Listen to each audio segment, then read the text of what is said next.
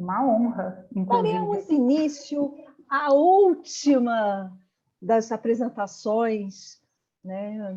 Uma das mais importantes também é uma conversa que a gente deve ter sobre o desemparedamento da infância.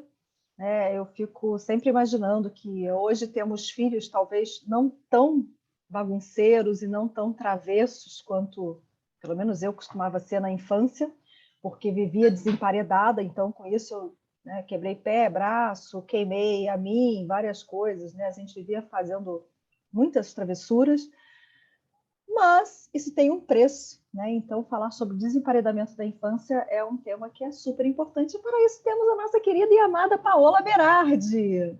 Paola De Berardi, novo. quem é você na fila da vacina? Agora, na fila da vacina, então eu sou alguém que já tomou uma dose. Importante.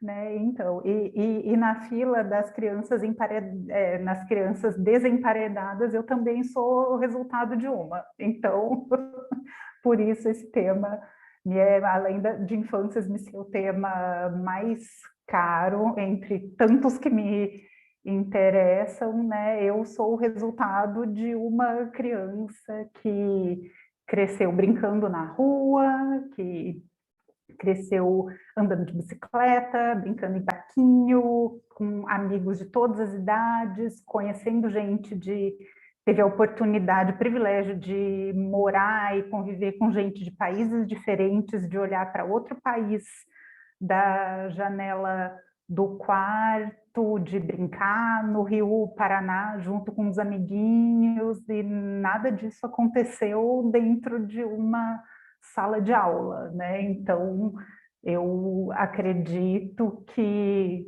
isso traz alguns realmente resultados, né? Eu não vejo crianças hoje, por exemplo, fazendo o campeonato de quem sobe mais alto em árvore e alguém com medo de altura aqui participando, né? Então, e hoje cedo, quando tocou-se um pouquinho no tema, né, de infâncias, fala-se de muito medo, né, na criação das crianças, e além disso eu vejo outros desdobramentos no próprio sistema educacional e na formação, né, o tipo de pessoas que se formam a partir disso, né? E eu tenho uma lembrança, assim, eu trabalho com projetos de educação, com essa base territorial e de sustentabilidade, e tem um ponto que é muito importante, é muito vivo para mim, que quando há 6 anos, quando eu conheci o conceito de cidade educadora, eu me toquei que eu vivi na primeira cidade educada, da primeira cidade que se reconheceu, né, como educadora no mundo. Eu percebi isso e não conhecia o conceito. Então, daí veio assim, gente, assim, a potência que a gente se educar pelos espaços que a gente frequenta, né, a educação tácita, né, que a gente não percebe que está acontecendo, o quanto isso é importante na nossa vida e não é valorizado e reconhecido na educação formal. E eu tenho uma lembrança muito viva da minha época de escola, e eu queria ver, depois de soltar isso como provocação, queria ver o que vem para vocês, se vocês puderem contribuir aqui. Eu lembro quando eu era pequenininha, até os 6 anos, as criancinhas, a gente tinha um pacto que a gente só ia sair do prézinho, a gente tinha a meta de todo mundo conseguir pular a janela da sala de aula durante a aula. Era a nossa meta até o fim do ano do prézinho, com atenção de 3 professoras para 30 alunos. Então, essa era a nossa situação confinada em sala de aula. E eu queria saber se tem alguma lembrança assim, de escola que vocês têm viva nesse sentido ou em outro, assim, de travessura mesmo, de movimento. Eu, quando era criança, eu adorava apagar o quadro, adorava, assim. Aí teve um dia que estava muito riscado o quadro e eu pedi para a professora muito para ela deixar eu apagar. E ela pediu, sei lá, para a Emanuele. A Emanuele. A Emanuele era enorme, eu era bem pequenininha, assim, né? Eu fiquei com muita raiva da Emanuele. Aí eu fui trancar a Emanuele dentro da sala. e eu tranquei meu dedo e foi horrível. Nossa, eu lembro que foi uma sangueira, foi um acidente mesmo. Aí veio meu pai, veio tudo, assim. Mas eu nunca fui. A escola era um lugar que eu parecia que atrapalhava a escola, assim, sabe? Eu conversava demais, eu falava demais. E o que minha mãe fez, que foi muito bom pra gente, foi o movimento Bandeirantes. Então, eu e minhas irmãs, a gente cresceu dentro do movimento Bandeirantes, que é o escotismo feminino. E foi muito bom, assim, porque crescemos, né, como você falou, do contexto, né? Educar pelos ambientes, era isso, assim, o ambiente que a gente estava inserido, os princípios, como ensinavam, os valores, a ação comunitária. É muito do trabalho que eu faço hoje, né? De estar em roda, de trabalhar a liderança, trabalho em equipe, enfim. Então, para mim, não foi a escola era a parte, tipo, chata, e aí essa estratégia da minha mãe foi maravilhosa, assim. Então, me constitui muito enquanto adulto hoje, assim, vejo que eu faço um trabalho muito parecido. Eba, mais alguém tem alguma lembrança? Tá todo mundo cansadinho já, quietinho. Eu Da tenho. escola especificamente? Infância, dessa época aí mais movimentada. Eu fui criada na roça, praticamente. Passava todo final de semana na casa do meu avô, então as minhas travessuras eram ao ar livre mesmo, assim, um dia eu e meu tio, que tinha 2 anos a mais que eu, acho que a gente nem tinha menos de 8 anos, provavelmente. A gente falou que ia fugir, assim, ia encontrar o arco-íris, eu ia virar menino e ele ia virar menina, e a gente saiu em busca do arco-íris, ficamos o dia inteiro na estrada, entrando em poça de água, areia, e brincando de areia movediça, aquela confusão toda. Entramos no lago, sabe? Eu acho que isso fico impressionada como que minha mãe, assim, ficou tranquila, porque eu não ficaria. E a gente só voltou à noite. Claro que a gente apanhou bastante, mas foi uma experiência incrível. Morro de medo da minha filha resolver fazer o mesmo. Bem legal. Eu estava aqui com a boca cheia e não conseguia falar. Eu peguei alguma coisa para eu comer que não tinha comido até agora. Aí, assim, eu ter várias experiências interessantes, mas eu tive uma coisa na minha infância que foi talvez uma das coisas melhores que meu pai e minha mãe puderam fazer por mim, que para mim foi fantástico. Aqui na Bahia tinha um grupo de psicólogos que eles faziam um acampamento verde, certo? Que era uma experiência tipo uma colônia de férias, só que a gente, ou seja, eu fui com 11, 12, 13, 14, 15, 16, 17, 18, acho que foi até 17, para esse grupo. O que que era? A gente saía de Salvador, ia para a Chapada Diamantina, para o Capão, isso no Capão porra, estou com 40, né? Então mais de 20, 30, mais de 20 anos atrás. Então, um lugar que era extraordinário, 100%, não tinha os hotéis que tem, você se relacionava com o pessoal da comunidade, você se relacionava. Então, eu tive a minha infância toda com esse tipo de experiência. E a gente ia para o sítio, que era de Zé Duarte.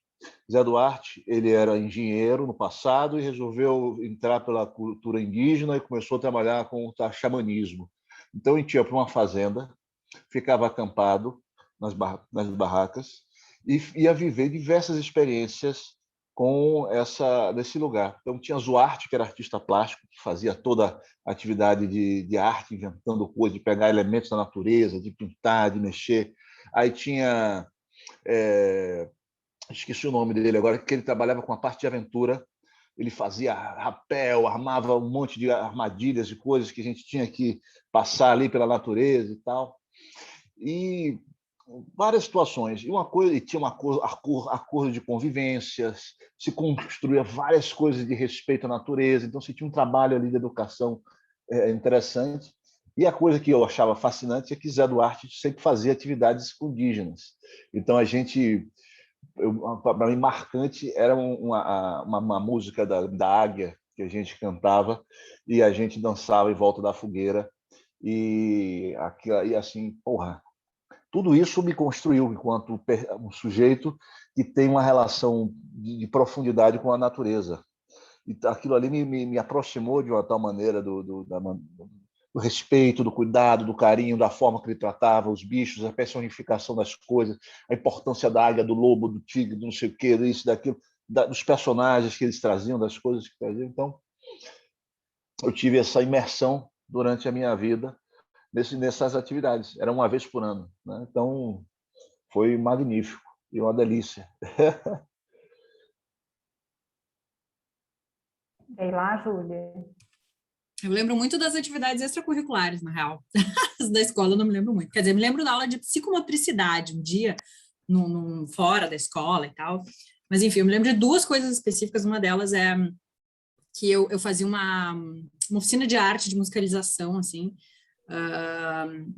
que era muito massa, porque era a casa de uma mulher e ela tinha um zilhão de instrumentos naquela sala, e a sala dava para um pátio, assim, para uma grama.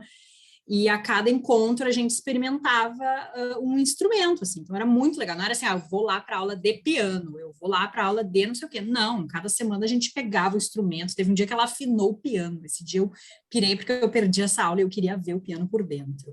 Mas era isso, assim, tipo, era ter contato com tudo e não necessariamente ter que aprender uma coisa específica. E a outra coisa que eu me lembro muito, porque foi por causa do jazz, né, da dança, que eu viajei para a Argentina me apresentar num whatever, não se lembra o que era, competição internacional, e aí fui eu e a minha irmã, pirralhas, eu morava em Erechim, no interior do Rio Grande do Sul, viemos até Porto Alegre, pegamos um avião, fomos até a Argentina, e eu me lembro da experiência de estar solta, assim, não solta, né, tinha uma mãe de uma colega que estava nos cuidando, mas a gente foi passear no centro da cidade, a mulher meio que deu uma perdida nas crianças, assim, daí estava eu e a minha irmã, devia ter 10 anos, eu acho, perdida no centro da cidade de Rosário, numa super aventura, assim, tipo, bem loucas. Luan? Eu estava tentando lembrar aqui, mas eu acho que a coisa que mais marcou também em relação a essas coisas na educação infantil, né, foi que na minha escola antiga tinha tipo um parquinho lá que era bem grande, uma boa parte da escola tinha um parquinho que era só para as crianças que podiam entrar lá, que toda sexta-feira o último horário, não, umas 2 horas do último horário era destinado às crianças. Aí eles colocavam a gente lá dentro, era um parquinho ótimo, tinha uma casa, tinha umas árvores, tinha um negócio de areia enorme, metade dele era areia pra gente ficar brincando, e deixava a gente lá dentro e a gente ficava brincando com os amigos, cavando terra, mexendo na árvore, e era bem legal. Eu tava refletindo que eu acho que foi um dos poucos momentos que eu tive realmente contato com terra, com natureza na minha infância. Porque meus pais até brincam que eu que sou cria de apartamento, sabe? Então, tipo, nunca tive essa experiência de subir em árvore, de mexer no mato, nunca tive. Então, um dos poucos momentos que eu tive foi na escola mesmo. Não sei se tem alguém para falar, que não estou vendo as mãos aqui, mas eu, assim, a natureza sempre esteve muito presente na minha vida, principalmente durante as férias, que eu viajava para a região dos lagos. Até hoje eu tenho um carinho imenso por aquela região. E ficava lá livre, leve e solta, com os pés no chão, andando de bicicleta, correndo pelos quarteirões afora, indo para a praia, tudo com coleguinhas da mesma idade. E era uma delícia. E na escola, propriamente, também eu recordo dessas situações de ir no parquinho, e muita afetividade, assim, relacionada a esses momentos, sabe? Então, sem dúvida, isso fica, né, enraizado na gente. E essa questão das férias me marcou muito, e durante a rotina eu também tinha muita atividade extracurricular, eu não parava quieta, eu saía da escola, emendava dança, natação, tudo. Mas os momentos que eu amava eram no clube, que tinha bastante natureza, ou qualquer passeio também com a família. Mas a minha escola foi ótima, assim, tipo, também para influenciar isso, os passeios, com o próprio ensino, né? A gente não via o tempo passar, mas se divertia muito. Beleza. Eu posso. Vai lá, Eu sou o próximo? Beleza. Eu adorei essa provocação, gente. Adorei ouvir vocês falando. É muito gostoso lembrar, né, dessas coisas de infância, assim. Eu me lembrei de 3 coisas. Na escola onde eu estava quando eu era bem pequenininho, Eu me lembro do pátio, dessa área externa, com esses brinquedões e, tipo, de madeira, aquelas passarelas suspensas, assim, a pouco de distância do chão, mas que a gente já achava o máximo, ia trepa-trepa, essas coisas eu amava. Eu me lembro de gostar muito de estar brincando ao ar livre na escola e ter esse espaço lá. Eu me lembro também de ir para uma pracinha perto de onde eu morei quando era pequeno e me lembro muito da minha avó me levar. E eu amava ir para a pracinha e subir na árvore e pegar as coisinhas da árvore e, sei lá, eu não me lembro qual era a árvore, qual que era o fruto, mas eu nem comia, eu arrancava e jogava no chão. Eu achava o máximo alcançar, subir muito alto para alcançar. E eu também me lembro de outra coisa, de ir para casa de um amigo.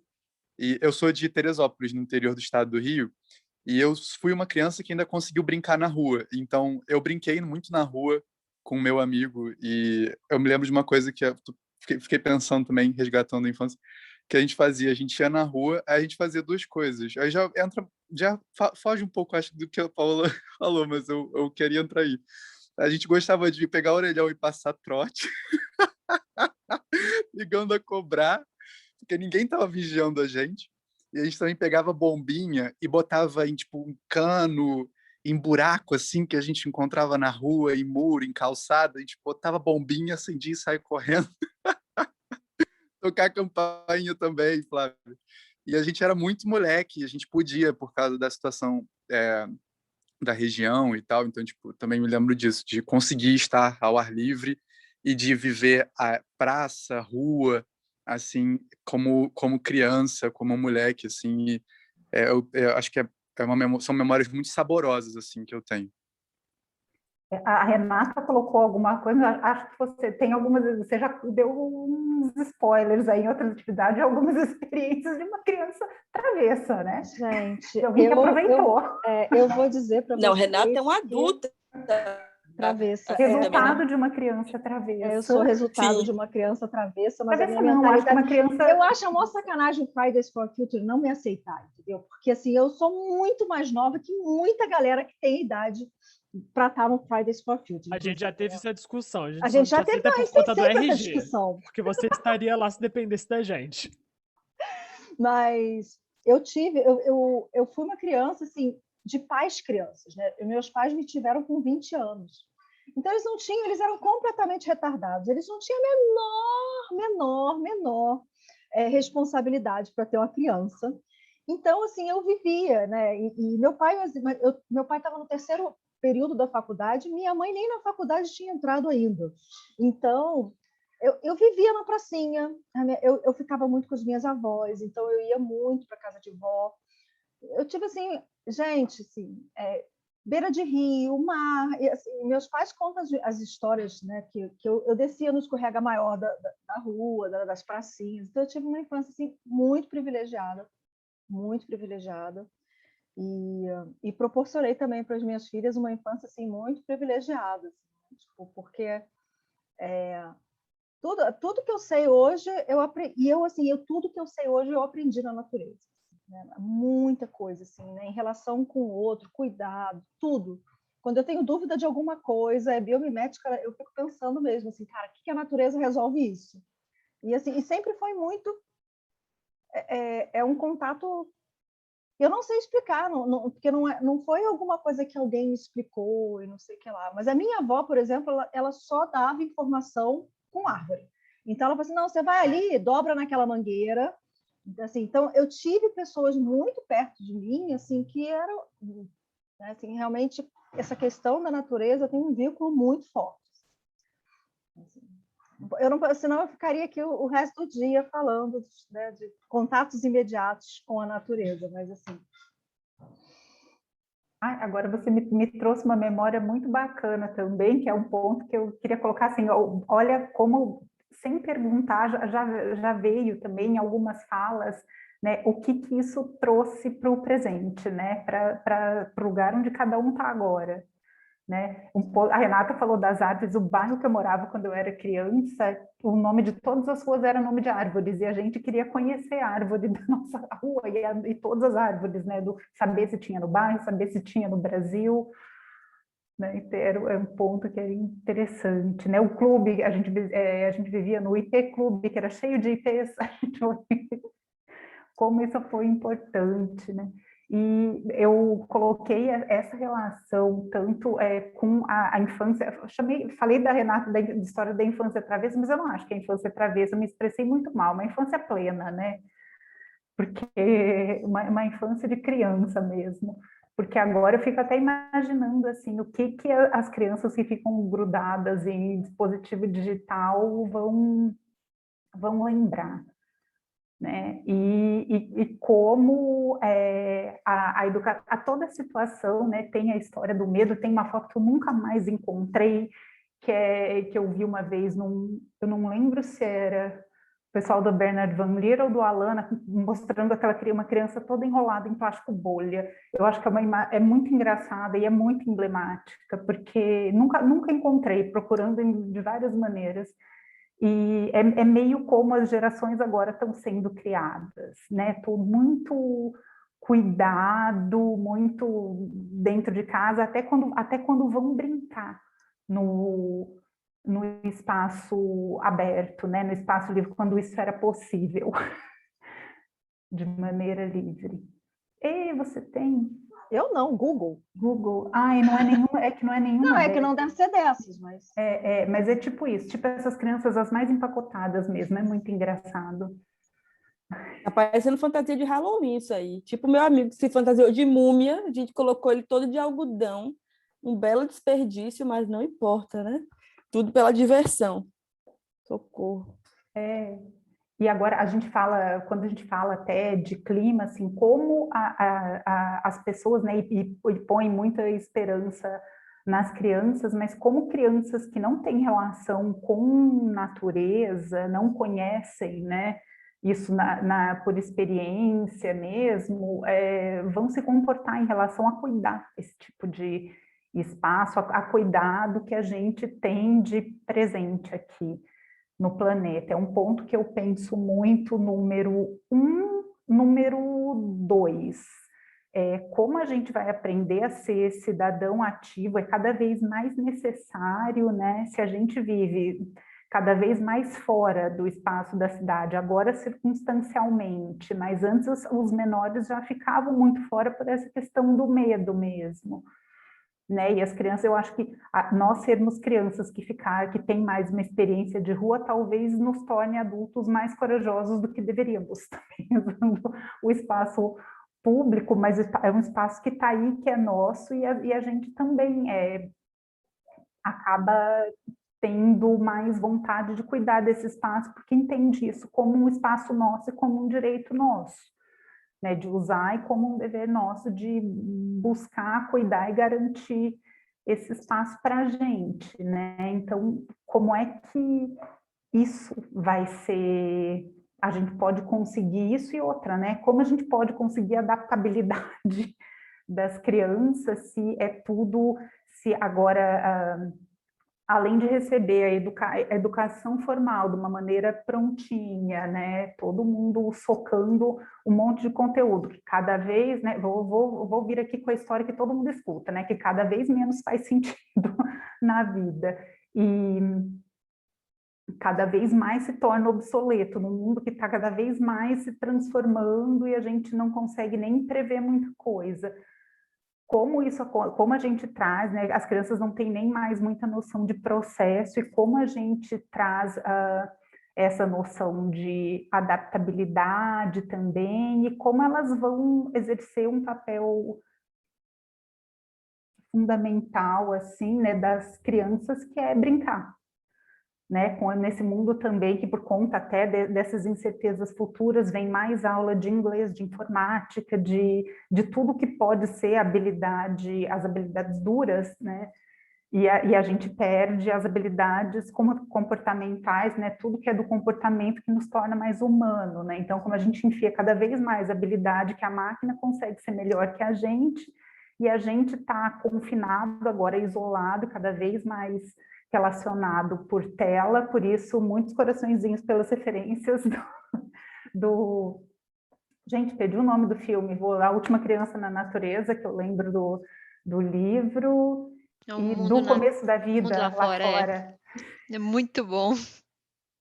É incrível, né? Eu achei muito bacana o Alana trazer esse. De novo, eu vou falar da história da arte, né? Das manifestações artísticas, estimulando o começo da vida já é maravilhoso, né? Para despertar, olhar para as infâncias, para o cuidado, para a importância que é o cuidado com as infâncias, mas até acredito que. E aí, de novo, assim, vou pedir para sempre interromperem, porque senão horas falando, né? Assuntos que a gente ama, a gente fica falando durante horas. E para trazerem também os olhares de vocês, porque acho que até dá a oportunidade das crianças brincarem, das crianças estarem vivendo outro tipo de espaço, terem encontro e terem liberdade, que é um outro ponto que o Alana coloca muito também, ter a liberdade de brincar no espaço, a brincadeira que elas constroem entre si.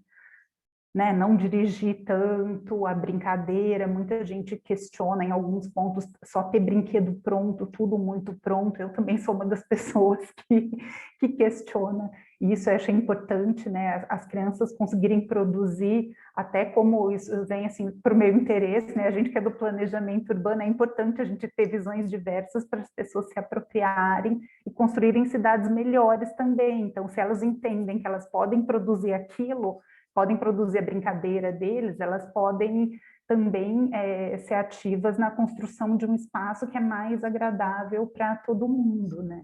E aí eu vou olhar aqui nas mãozinhas, todo mundo, e eu vou pedir depois para a Cacá também falar em voz alta o que ela está colocando, que é interessante.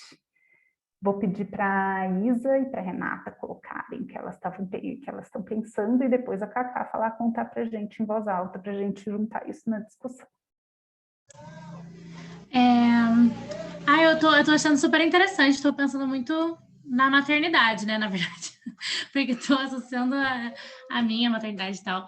E aí eu fiquei lembrando, assim, primeiro essa coisa da natureza, eu também, nossa, a minha mãe mora até hoje, né, em zona mais rural, então, caraca, eu cresci, gostava de subir na goiabeira e tinha um abacateiro que tinha uma corda, era maravilhoso. Enfim, mas eu fico pensando que é interessante, assim, o quanto esse contato precisa ser contínuo também, né? Porque mesmo eu tenho tido essa infância e tenho certeza que isso me trouxe várias coisas para hoje, mas às vezes eu me desconecto, assim, e eu só vou me lembrar o quanto é importante essa reconexão quando eu vou para lá, para casa da minha mãe, ou, enfim, vou em algum espaço diferente, assim, eu percebo também quanto isso precisa ser cultivado, assim, ao longo do tempo. E essa coisa da superproteção e tal, eu fiquei lembrando muito e pensando o quanto isso tem a ver também com a sobrecarga das mães e da culpa materna e tudo isso. Eu tenho a irmã da minha madrasta, enfim, uma conhecida, que ela tem um filho da mesma idade, assim, que o meu.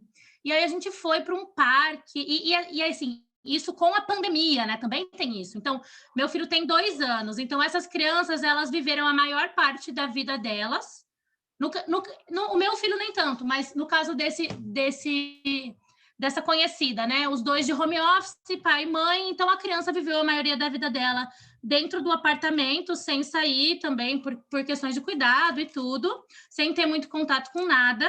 E também os pais também exerceram a parentalidade deles até hoje dentro desse ambiente super controlado de apartamento. E aí a gente foi para um parque, assim, acho que foi uma das poucas vezes que eles foram, e, gente, o menininho, não sei, ela tinha colocado ele no balanço, o bracinho dele deu fez um barulhinho, e aquilo foi uma coisa muito doída para ela, assim. Ela teve uma crise de choro, de pânico, de preocupação com o filho dela. E eu fiquei pensando, assim, que mundo horrível, né? Assim, para essa mãe, que sobrecarga tão gigantesca é essa de ter esse cuidado com essa criança, né? De ter isso e como é prejudicial, com certeza, para a criança e para ela também, assim, né? Um sentimento muito, muito ruim. E aí, só para terminar, numa nota de esperança, Deus. Mas, gente, aqui na minha rua, as crianças super brincam, e o meu filho tem 2 anos e as pessoas vêm chamar ele para brincar. Eu fico tipo, é que eu tava zoando esses dias, eu falei, gente, 2 anos e estão chamando ele, pelo amor de Deus, imagina se é criança mais velha. Mas enfim, é só para algumas coisas que eu fiquei pensando. Vou fazer os links das conversas, assim, inclusive essa história de colocar no plástico bolha, justamente, isso acaba impedindo as crianças que elas aprendam a evitar se machucar também, né? É importante isso como aprendizado para tirar um pouco da carga das mães, né? Mas vem tanto aquela história realmente, né, de sobrecarga e da culpa que é mais fácil, né, proteger, evitar a possibilidade do trauma do que ter o risco controlado ali, ver como a criança lida com uma situação em que ela, a princípio, não vai se machucar muito, né? É importante também equilibrar esses pontos, né? Renata? Então, eu queria contribuir com 2 coisas, assim. A primeira, eu tenho 2 filhas, né, completamente diferentes, né, uma da outra, assim, né, não parece que nasceram da mesma mãe. E é muito interessante. A Carol, que é minha filha mais velha, que hoje tem 28 anos, ela não foi uma criança que se machucou. Assim, né? Ela não se machucou. Para não dizer que ela não se machucou, ela teve um cortezinho que ela caiu do banco da pracinha. Né? Então, não foi nem emocionante. Assim, né? E a outra já nasceu praticamente se quebrando. Né? Já quebrou 3 vezes o braço, já caiu do cavalo, já ficou em coma. Né? Assim, já. Essa puxou a mim com requintes de crueldade. Mas é muito interessante, porque a Carol, que é a mais velha até hoje, gente, quando a criança fica doente, porque, né, gente, é 28 anos, 29, mas é criança, né? Para a mãe é sempre criança. A criança até hoje, gente, é um inferno para ficar doente. Olha, você tem que arrastar pelos cabelos, entendeu? Pelo hospital. Porque tem isso, né? Assim, até esse negócio de você se machucar, de ficar doente, é importante para a gente entender os ciclos, né? Os ritmos da vida, né? E é interessante que a Carol não tem, né? Total, ela não tem, né? Porque ela nunca se machucou quando criança, né? E a Camila, ela é de boa, né? Assim, bem que, tipo, ela vai se perdendo pelos caminhos e é de boa com esse negócio. Mas isso, eu só ia falar depois eu só lembrei desse negócio quando vocês estavam falando agora, por último, dessa questão da proteção. Mas o que eu ia dizer é que, muito antes de eu trabalhar com a área ambiental, eu coordenei uma creche. Eu trabalhei muito tempo com criança pequena. E eu ficava impressionada, assim, uma coisa que me deixava muito impressionada, e a gente está falando de 30 anos atrás, exatamente isso, né? O quanto que os pais impedem dos filhos terem experiências, né? Assim, é claro, com a maior das boas intenções, mas é isso, assim.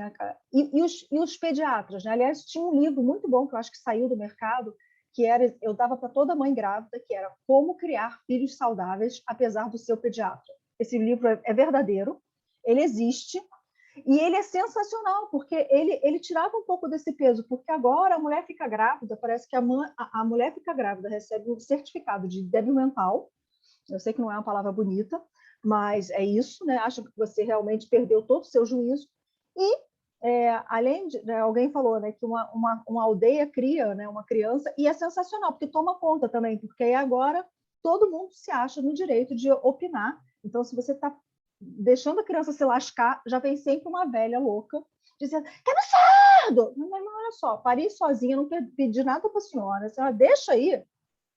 E isso é muito interessante, porque a gente tem agora pediatras, professores, né, que, em prol da proteção da criança, para aquela criança, eles estão impedindo as crianças de terem experiências.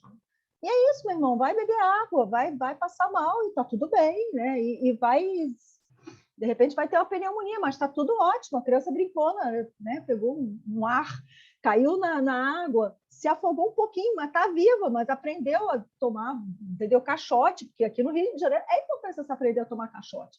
Então, tem essas coisas assim, né? Que você precisa, né, como vocês estavam falando, aprender. E agora tem toda uma questão, morreu, mas passa bem, é isso. Tá? Como? Isso é uma coisa interessante que eu já via desde, né, esse processo. E uma outra coisa que eu também esqueci, que agora é moda, você ter um filho doente. As mães estão competindo, né? Então, como eu sou pedagoga, eu tenho muita gente perguntando, eu tenho um filho hiperativo. Eu falo assim, mas por que você acha que seu filho é hiperativo? porque ele anda, porque ele corre, porque ele isso. Eu falei assim, querido, olha só, seu filho é normal. Ele escuta um jogo de futebol, né, que as crianças mais velhinhas, escuta. Ele assiste uma série inteira, sentadinho no sofá, não assiste um desenho também, seu filho não é hiperativo. Seu filho tem energia, seu filho, né, tem energia dentro dele que ele não está conseguindo gastar. Mas isso é muito interessante, porque agora eu tenho um monte de pessoas que eu parei de falar, claro, porque é isso, assim, né? Eles querem, as pessoas, parece que as mães ficam chateadas de não terem filhos com algum diagnóstico. Parece que não tem nada para conversar no consultório, entendeu? Na pracinha. Isso é uma coisa que tem me chamado bastante atenção junto com o emparedamento. Medicalização, né, de infância, né? Quando a criança é uma criança normal, que se comporta como criança, né? E é isso, eu vou te dizer, isso é um ponto que me chama muito a atenção, né? Essa história de buscar educação no território, porque assim, não é natural, ainda mais de criança pequena, ficar paradinha, quieta, escutando atentamente alguém por muito tempo, né? Uma conversa só por muito tempo, né? E esse ponto, assim, só para... Vou chamar, estou com todo mundo aberto aqui, bonitinho, vou chamar, porque isso que a Renata colocou já aconteceu comigo, porque, assim, eu não sou especialista em criança, eu quis trabalhar com crianças porque amo e porque acho que são a solução mesmo, acho que eles são os melhores educadores que tem no mundo, que eles fazem a gente passar vergonha quando eles acreditam em alguma coisa, eles são cheios dos argumentos incríveis, enfáticos. E assim, eu fiquei interessada com essa história das crianças aprender a se machucar, porque quando a gente é criança a gente não pensa, né? Eu era agora eu sou tranquila, mas quando eu era criança eu recebia ameaça do ortopedista, que era pai da minha amiga, falava, Paola, se você se ralar de novo, eu vou ter que operar seu joelho, porque ele sabia que eu tinha medo de cirurgia. Então, porque é isso, assim, tá, galera, sosseguem vocês um pouquinho também, tentem se manter inteirinhos uma semana, né?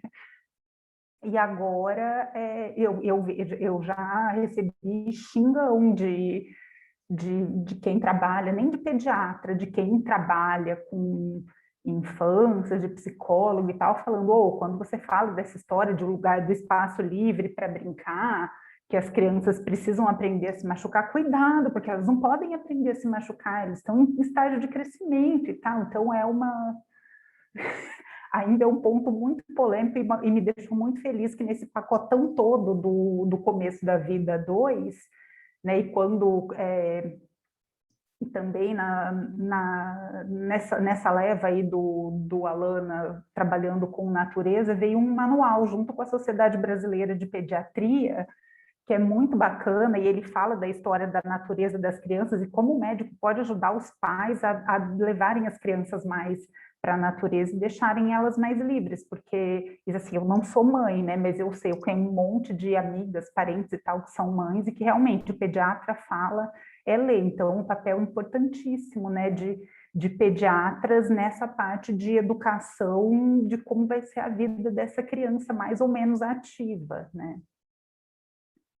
Muito bacana. Agora, Luan. Não, eu queria comentar uma coisa que eu tava pensando, que era sobre esse papel das escolas também, né? Tipo, fazer esse contato da criança com a natureza. Porque, tipo assim, a minha infância, eu acho que eu sou o mais novo daqui. Então, tipo, eu acho que eu já peguei um pouco desse início desse emparedamento, etc. A minha infância eu não tive tanto contato com a natureza, mas foi por falta de opção mesmo, porque eu cresci em prédio. Mas meus pais sempre tentavam me levar para algum local diferente, para algum parque, para algum clube campestre, etc. Mas o local que eu mais tinha contato mesmo era dentro da escola, por conta desse parquinho. Só que pelo menos na minha região, as escolas não têm mais esses espaços verdes. Os pátios são, tipo, todos de cimento, todos com azulejo. A escola, eu mudei de escola, né? A escola que eu estudo agora não tem, tipo, nenhuma área verde, plantas, árvores, não tem praticamente nenhuma lá dentro. E as crianças realmente não têm esse contato. Eu acho que isso faz uma diferença muito grande, né? Tipo, eu já estudei nessa escola quando eu era bem criança, aí saí dela e voltei. E na minha época, tipo, eles levavam a gente pro horto, levava para o clube campestre, levava para parque, etc. Mas hoje em dia eu também vejo que eles não fazem mais isso, mesmo antes da pandemia. Parece que diminuíram a quantidade dessas coisas, também por conta de pais que muitos pais são muito desesperados pelos filhos mesmo. Fala que não pode sair da escola, que vai ter que ver se a escola vai tomar conta do filho, porque não confia na escola. Eu, pelo menos, estou vendo muito isso agora, que eu comecei a conversar com o pessoal da coordenação da minha escola. Então, eu acho isso muito importante também, essa presença de espaços verdes e até mesmo da confiança dos pais na escola, para caso não tenha esses espaços verdes, eles levarem os filhos em hortos, em parques, terem esse contato mesmo, já que não conseguem, às vezes, ter em casa por conta de tempo ou espaço. Antes de chamar o Breno e o Felipe, vou colocar uma provocação que as escolas fazem algumas experiências, mas fazem e param também, né? Que além de ter os espaços verdes na escola, agora, quando se fala em educação integral, não ficar só no intelecto e pensar no movimento, no que é importante para as crianças se desenvolverem como seres que não têm somente, né? Tem o lado psicológico, tem a questão de trabalhar as relações sociais, entender cultura, o desenvolvimento físico, que é super importante também, né, a abertura para a cidade, né, trabalhar a cidade e os territórios educativos, né, pensar tudo que tem de potência perto da escola e que colabora com a educação e pode tornar até o conteúdo mais efetivo e mais significativo também. Né? E claro, conseguir as habilidades para o século XXI, que tanto fala, né? E colocando essa provocação, eu queria ver a Cacá, ela se manifestou por escrito, já que tem relação com escola, se ela quer dar uma palavrinha aqui com a gente, aí depois vem o Breno e o Felipe. Então, eu custei achar uma escola para minha filha, assim, uma escola que tivesse essa presença ali que o Luan falou, né? Eu estou em Floripa, tem todos os tipos de escola aqui. Essa escola que a minha filha tá, uma escola Waldorf, eu fico impressionado com cuidado com a infância, assim. E é uma associação, né? Então já tem uma aprendizagem comunitária ali. E é uma escola para pais, né? Eles falam muito isso, assim. Então, tudo tem um significado, tudo tem um sentido. Então, para mim, está sendo um privilégio. Eu me emociono com a escola, porque eu não tive isso, né? Eu me emociono, eu falo assim, e aí quando tu fala assim, né? O futuro são as crianças, mas elas estão olhando para quem, né? Às vezes eu levo minha filha no pediatra, e ela é uma pediatra antroposófica também. Eu falo que vai a minha criança ferida no pediatra. Minha filha tá ótima, tá brincando, e é sempre uma sombra minha, alguma coisa que eu preciso olhar, alguma coisa da minha criança que eu não. Às vezes eu percebo que é a minha criança ferida também, que está em debate e duelo com a minha outra criança, minha filha. Então, alguém falou, né, como que a gente faz isso? Eu acho que é pelo autoconhecimento, é pela nossa disposição também em querer transformar. Sei que não é só a escola, como você falou, né, tem o ambiente familiar também, então a gente fala que, né, eu sou da LC, a gente preza a autonomia no aprendizado, mas o quanto que eu dou condições para essa autonomia acontecer. Então, a arquitetura até da própria casa, assim, né, e não precisa ter muito dinheiro, deixar os brinquedos no acesso para a criança, prezar esse livre brincado, o que a criança sente de fazer naquele dia, sempre aquelas programações já em série, né, como a escola faz, todo mundo vai pintar, e o sol é amarelo, viu, sabe? Já delimitando tudo. Então, a gente criou aqui em casa o armário daqui para baixo, onde ela pode brincar, e pela primeira vez eu comprei uma boneca Waldorf. É cara, tá? Meu Deus. Não é cara, deixa eu melhorar. É um investimento, porque a moça, quando me contou o que é a diferença de eu pegar uma Barbie e pegar uma boneca Waldorf, dela não ter expressão, dela não ter sobrancelha, da criança dizer o que ela está sentindo naquele dia, se a criança está feliz, talvez a boneca seja feliz, se a criança, né? E a Barbie sexualizada, né? Que eu tinha reparado nisso. Ela tem peito, ela tem cintura, ela parece uma drag queen, porque ela tá toda maquiada, ela tem cílios, e eu comecei a reparar nisso, né, no que eu coloco dentro da minha casa também, de que tipo de estímulo que eu quero, para não ficar também alienada, assim, essa coisa do eletrônico eu evito muito, mas tem hora que é o que me salva, igual vocês viram ontem, né, na quinta-feira eu tentei, nossa, falei, minha filha, ela fala, YouTube, ela olha para mim e fala assim, YouTube, você vai deixar, tipo, mamãe, você tá bem, você tem certeza? Mas que antes eu ficava muito, olha lá, boneca, eu tenho aqui, quer ver? É muito legal de ver, peraí. Gente, que inovação, viu? Passada. Como é que é o nome da boneca? Waldorf? Waldorf é a metodologia, né? Waldorf. Do Rudolf Steiner. Aí, olha só, ela não tem uma Antroposófico. expressão. Que E aí viagem, gente. ela tenta criar para a criança também como se a boneca fosse uma amiga mesmo, assim, né? Então ela é feita com amor, aí já é uma coisa diferente de um brinquedo que você compra, que é feito por máquinas, que às vezes até com pedido de É, dentro da caixa lá da China. Então tem amor, foi feito para ela pegou o formato do cabelinho dela. É a coisa da representatividade, como uma criança negra, como uma criança asiática, se enxergar naquilo, porque isso vai criando também a coisa da identidade, né? Que é importante. Então eu reparo em várias coisas. E essa coisa da natureza, para mim, é fundamental, assim, porque traz a criatividade, né? Esse espaço de imaginação, de a gente não dar tudo pronto, porque tá tudo pronto. Tem a casinha da Barbie, a Barbie que fala, a Barbie que anda, agora ela ganha a Barbie que medita. Ai, gente, por mais que pareça a Barbie que medita, minha mãe me deu, assim, a melhor das intenções, sabe? Eu fico pensando, que engraçado, né? Ela até botou do lado do Buda ali. Eu falo, beleza, vamos... Botou ali no altarzinho que a gente criou. Para ela né? E eu também não anulo aquilo. A gente dialoga, eu trago, né? Ela acha a Barbie linda, eu entendo, mas aos poucos eu vou fazendo as escolhas entre isso e aquilo que eu escolho alimentar dentro né, da educação que eu quero dar para minha filha, assim. Então é isso, assim, ver que a criança já vem pronta, assim, pronta não, mas ela vem com mais próxima da fonte, assim, né? Então, ela traz muitos sinais do que ela veio fazer aqui. A gente tem que tentar não atrapalhar. Eu falo assim, eu tenho que tentar não atrapalhar muito, assim. Ver que ela me ensina muito sobre aprendizagem, sobre empreendedorismo, sobre coragem, sobre confiança. Acho que as crianças são verdadeiras mestres, assim. Então, obrigada pela oportunidade, assim. Ei, obrigada pela fala, né? Só fazendo uma ponte também, essa história da autonomia é bem por aí, né? Do aprender a se machucar no espaço livre, no espaço público, né? Brincando, aprender a se relacionar, né? Aprender a criar regras, né? Na questão do movimento, por exemplo, esporte é uma super aprendizagem empreendedora. Eu sou super contra ter empreendedorismo em escolas, vou me expor aqui para levar tapa, porque acho que tem outras atividades que são mais próprias de criança, que ensinam os princípios para ela ser empreendedora na escola, na vida dela, no futuro, se ela quiser não ter um negócio dela, e ela ter essa atitude, né, ao invés de ter um negócio, e também ter autonomia para operar, por exemplo, para ir caminhando até a escola, para os pais terem mais segurança das crianças e andarem sozinhas. Agora, obviamente, o tempo tem mais violência, né, nas ruas, mas como as crianças conseguem perceber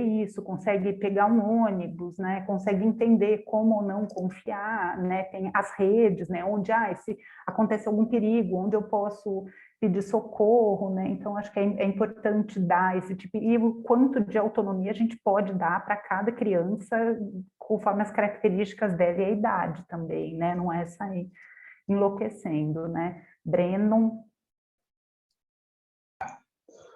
Não, com essa história toda, eu me lembrei de algumas coisas de infância, mas eu vou falar duas coisas. Não, eu só dizer assim, eu vivi a minha infância toda, os meus pais também tiveram essa coisa libertária. Minha mãe trabalha com educação desde que ela tinha 12 anos de idade. Ela trabalha com criança desde que ela tinha 12 anos de idade, com a parte de formação infantil e arte educadora. Então, minha experiência de infância com ela foi uma coisa extraordinária. Ela me proporcionava várias coisas. Então, eu brincava com argila, brincava com um monte de coisa. Me lembrei desse contato com a terra. Meu avô também era artista plástico, indo para manguezal, para poder pescar com pescador, sair para poder pegar caranguejo, a gente ia para Itaparica. Entendeu? Ou seja, eu me lembrei aqui de toda a minha infância com essa parte de natureza. Onde é que eu tinha? Pô, o tempo todo, com 10 anos de idade, eu estava remando caiaque no mar. Entendeu? Então, eu tive uma infância com um contato absoluto e pleno ali com a natureza. E aí, voltando para o meu TCC agora, eu fiz o meu trabalho de faculdade, quando eu finalizei, justamente em cima disso, de criação de espaços educadores. E meu projeto eram trilhas de educação ambiental, utilizando áreas verdes para educar, criar espaços, pequenos espaços educadores ali onde você teria, vai tratar de questão da polinização, teria ali um meliponário que você ia levar a criança para ver as abelhas, interagir, o que é isso, que aí tirar o mel, provar, pensar, discutir. Ou seja, a gente eu construí um projeto para uma universidade e depois construí um projeto de uma trilha para o Pangeia, que foi uma ONG que eu trabalhei. E a intenção era essa, era de criar esse espaço onde a gente pudesse pegar as crianças e levar eles para poder ter essa experiência na natureza, no espaço de trilha, e ao longo da trilha destacando elementos interessantes que tinha ali. Então, aqui tem uma árvore especial, tem uma árvore jaqueira, ali tem uma... ali, interpretando, né? Interpretação ambiental. Então, interpretando ali o ambiente com elementos para levar a criança ali e ela ter essa experiência de conhecer, de se relacionar, de tocar, de mexer. E aí, na época do trabalho, eu fiz uma experiência de levar um grupo de crianças de um orfanato.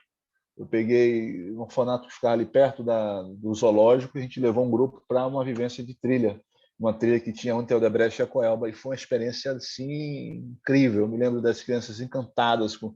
Elas não tinham nenhum, elas ficavam praticamente presas ali no espaço delas ali no orfanato. Ali teve uma crise de afetividade, né? Porque elas têm essa necessidade de afetividade, então era abraçado pelas minhas pernas, abraçado pelos braços, abraçado porque elas querem, né? Ficam achando de repente que você vai levar elas para casa, tem toda essa coisa. Então tinha essa coisa da afetividade que a gente oferecia bastante, mas elas se colocavam à disposição para poder participar da atividade. Então elas viram a abelha, conheceram a cobra, conheceram o rio, a água. Então a gente levava, ia tratando os temas e levando, criando situações. Isso na época que eu fazia turismo. Depois eu acabei fazendo biologia. Esse foi o meu projeto de turismo. Porque eu entendia que não adiantava, como é que eu ia pegar uma pessoa e levar para até isso daí eu trazia para as crianças e pensava também no turista. Eu digo, porra, preciso educar o turista, preciso educar todo mundo para poder lidar com a natureza, né? E eu entendia esse espaço de trilha como um espaço misto ali, que você poderia trabalhar tanto com uma criança pequena, experienciando aquela história dali, que ia trazer para ela uma determinada experiência, um determinado conhecimento, como uma pessoa mais velha, que também poderia ter essa mesma experiência, mas com outras perspectivas, mas ia aprender também. Então, eu acho que esse espaço do educador da trilha é uma oportunidade interessante. E a gente montou um também na UFBA. Esse foi um trabalho que a gente fez lá em Salvador, e a gente montou no espaço Memorial da Mata Atlântica, a gente montou uma trilha educativa lá para poder fazer, a gente chegamos a fazer umas 3 ou 4 atividades lá com escolas. Foi muito legal. Isso aí já foi na época da faculdade de biologia. Eu peguei o projeto e transformei numa ação dentro do laboratório e a gente fez na universidade esse projeto lá, que foi muito, muito interessante. E é gostoso, né? O encantamento, as crianças... Esse é o que eu acho incrível, é a oportunidade que você cria do encantamento, que a criança chega, se assusta, fica com medo, o outro fica não sei o quê, o outro quer pegar, e aí você traz aquilo e começa a falar, e é interessante como brilha, né? E você cria essa oportunidade para ela experimentar e se envolver com esses temas, e é importante fazer isso, tem que fazer isso, senão não cria cuidado, não cria afetividade, não cria perspectiva de fazer o diferente, né, para o mundo que a gente precisa. Maravilha. Agora pedir para o Felipe, para a gente ser breve e não deixar a Renata em pânico. Eu queria só... Uma coisa que passa muito pela minha cabeça hoje, assim, é como é um movimento que a gente observa em muitos lugares. Acho que acaba acontecendo um recorte social, de classe e tal, mas com uns cercamentos, assim, com condomínios e as pessoas se fechando, assim, esse espaço tem muito a ver com o trabalho da Paola também dentro de planejamento urbano, né? Como que as pessoas estão se fechando e como que essas coisas também não propiciam encontros e o acaso e, enfim, acesso à diversidade de encontros e tal, porque as pessoas acabam, enfim, se cercando, talvez por um discurso aí de segurança, e eu acho que isso também prejudica muito a formação das crianças que vão para o parquinho do condomínio e tal, porque que tipo de experiência é essa, assim, ela é muito controlada, e eu acho que esse tipo de coisa acaba prejudicando muito o aprendizado e tal, o contato com coisas diferentes, com pessoas diferentes e tal. Isso é uma coisa que passa muito pela minha cabeça, como que as pessoas estão se fechando hoje, e é um movimento muito diferente do que, por exemplo, seria uma aldeia, onde as pessoas cuidam umas das outras e tal, as pessoas estão num condomínio, mas é cada uma por si, é o seu módulo por si só, e os pais só cuidam da sua própria criança e só tem esse problema, entre aspas, problema, né? Não tem outro. As pessoas não têm um espírito de compartilhamento e tal, e parece com uma aldeia, mas é totalmente diferente ao mesmo tempo. Esse tipo de cercamento, assim, eu acho isso muito interessante. E também observo isso muito, acho que o Luan começou a falar sobre como que a gente está concretando tudo e não pode ter contato com terra porque isso é se sujar e tal, e, enfim. Pronto. É isso, Paola. Não quer trazer esperança? Por favor, você tem como fechar com uma palavra aí de esperança? Eu ia colocar um ponto que a Renata pôs aqui no eu concordo, mas não é mas não é esperançoso, não. Eu acho que é realidade, né? Porque se tinha déficit, ela escreveu que se antes a gente tinha déficit de natureza, agora a gente tem déficit de humanidade. Eu acho, a gente viu, agora eu acho que a gente está vendo um pouco disso, né? E talvez possa ser resultado de uma formação que olha pouco para o outro, né? A gente está vivendo aqui um sistema, quem não conhece o que é uma atuação sistêmica, agora na pandemia está vendo o que é, né? A gente precisa, o quanto a minha atitude afeta a vida dos outros, né? A atitude de cada um afeta o bem-estar dos outros. Em alguns momentos a gente vê ações incríveis de extrema humanidade, transbordamento, e em outros de total falta, né? Mas acho que é por isso que todo mundo fala que a esperança é a educação, né? Então, a gente precisa aprender a viver em comunidade, e é no contato com o outro mesmo, eu acredito, né? Por isso, acho muito bacana ter essas várias visões. Agradeço demais a oportunidade de poder conversar, trazer a visão de tanta gente para esse tema que vai embora, né? É isso, gente. É preciso saber viver, né? Muito bom, nossa prosa. Acho que a gente vai ser sugado em segundos, mas queria agradecer, Paola, por ter puxado essa reflexão, que foi lindíssima, né? E eu acho que, igual a Greta, né? A gente tem que sentir que está ruim mesmo, porque aí, sentindo que está ruim, a gente vai fazer alguma coisa. Se a gente achar que, né, tem esperança, a gente acha que delega, né? E eu acho que é preciso cada vez mais carinho, mais... Montando uma bike.